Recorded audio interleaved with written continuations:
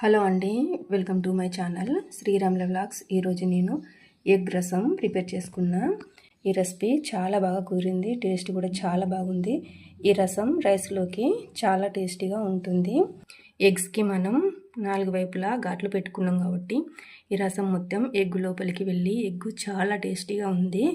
ఎంతో టేస్టీగా ఉండే ఎగ్ రసాన్ని మీరందరూ తప్పకుండా ట్రై చేయండి. ఎగ్ రసం ప్రిపరేషన్కు కావాల్సిన ఇంగ్రీడియంట్స్: ఎగ్స్, ఆనియన్స్, టమాటో, చింతపండు.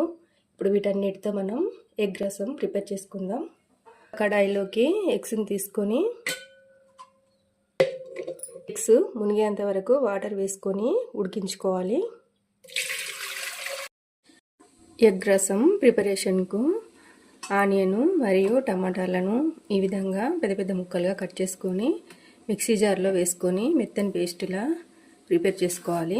పెద్ద ముక్కలుగా కట్ చేసిన ఆనియన్ను మిక్సీ జార్లో వేసుకొని మెత్తని పేస్టులా ప్రిపేర్ చేసుకోవాలి. మెత్తని పేస్టులా గ్రైండ్ చేసుకున్న ఆనియన్ను ఒక బౌల్లోకి తీసుకుంటున్నా.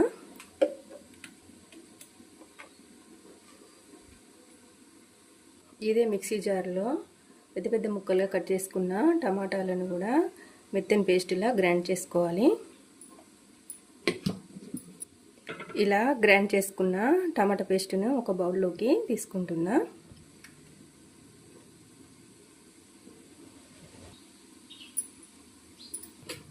ఆనియన్ మరియు టమాటా పేస్టులను ఈ విధంగా గ్రైండ్ చేసుకొని పక్కన ఉంచుకోవాలి. ఎగ్ రసం ప్రిపరేషన్కు ఎగ్స్ను ఈ విధంగా ఉడికించుకొని పైన పొట్టును మొత్తం తీసివేసి ఇలా 4 వైపులా ఘాట్లు పెట్టుకోవాలి.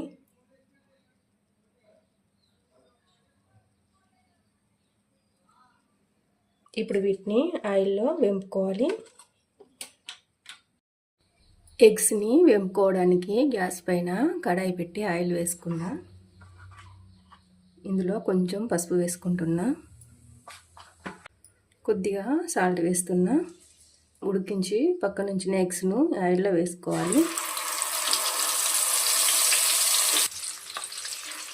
కొంచెం గోల్డెన్ బ్రౌన్ కలర్ వచ్చేంత వరకు ఎగ్స్ను వేపుకోవాలి. వేపిన ఎగ్స్ను ఒక బౌల్లోకి తీసుకుంటున్నా.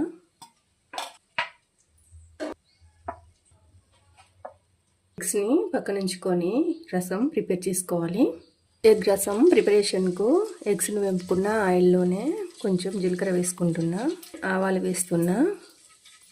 ఈ ఆవాలు మరియు జీలకర్ర వేగేంత వరకు పోపును వేపుకోవాలి. కొంచెం అల్లం వెల్లుల్లి పేస్ట్ వేసుకుంటున్నా. అల్లం వెల్లుల్లి పేస్ట్ పచ్చివాసన పోయేంత వరకు వేపుకోవాలి. పసుపు వేసుకుంటున్నా. ఈ పోపులో మనం మిక్సీ పట్టి పక్కన ఉంచుకున్న ఆనియన్ పేస్టును వేసుకుంటున్నా. ఈ బౌల్ పైన మూతుంచి ఆనియన్ పేస్టును ఒక 2-3 నిమిషాలు ఉడికించుకోవాలి. పచ్చివాసన పోయేంత వరకు ఆనియన్ పేస్టును ఉడికించుకోవాలి. ఈ విధంగా ఆనియన్ పేస్ట్ నుండి ఆయిల్ సపరేట్ అయ్యేంత వరకు ఉడికించుకొని బాగా కలుపుకోవాలి. ఉడికించిన ఆనియన్ పేస్టులో ఈ టమాటా రసాన్ని వేస్తున్నా. టమాటా రసం వేసుకొని బాగా కలుపుకోవాలి. టమాటా పేస్ట్ని పోపులో వేసుకొని బౌల్ పైన మూతుంచి ఒక 2-3 నిమిషాలు ఉడికించుకోవాలి. ఈ టమాటా పచ్చివాసన పోయేంత వరకు ఉడికించుకోవాలి. టమాటా మరియు ఆనియన్ పేస్ట్ నుంచి ఆయిల్ సపరేట్ అయ్యేంత వరకు ఉడికించుకొని ఇందులో కావాల్సిన ఇంగ్రీడియంట్స్ వేసుకోవాలి. పేస్ట్కు సరిపడా కారం వేసుకుంటున్నా,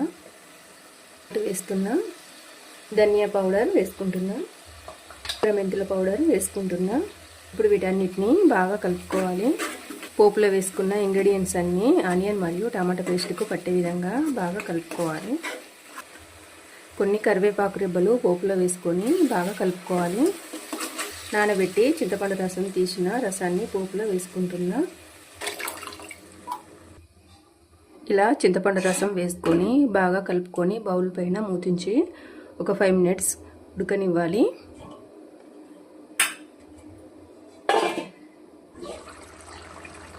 రసం ఉడికింది. ఇప్పుడు ఇందులో మనం వేంపి పక్కన ఉంచుకున్న ఎగ్స్ను వేసుకోవాలి.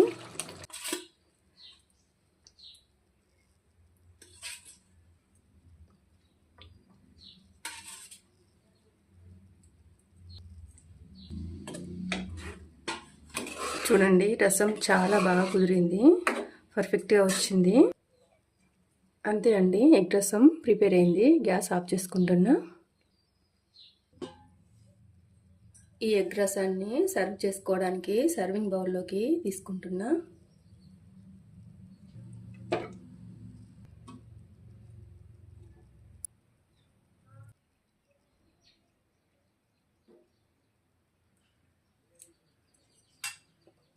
చూడండి, ఎగ్ రసం చాలా బాగా కుదిరింది.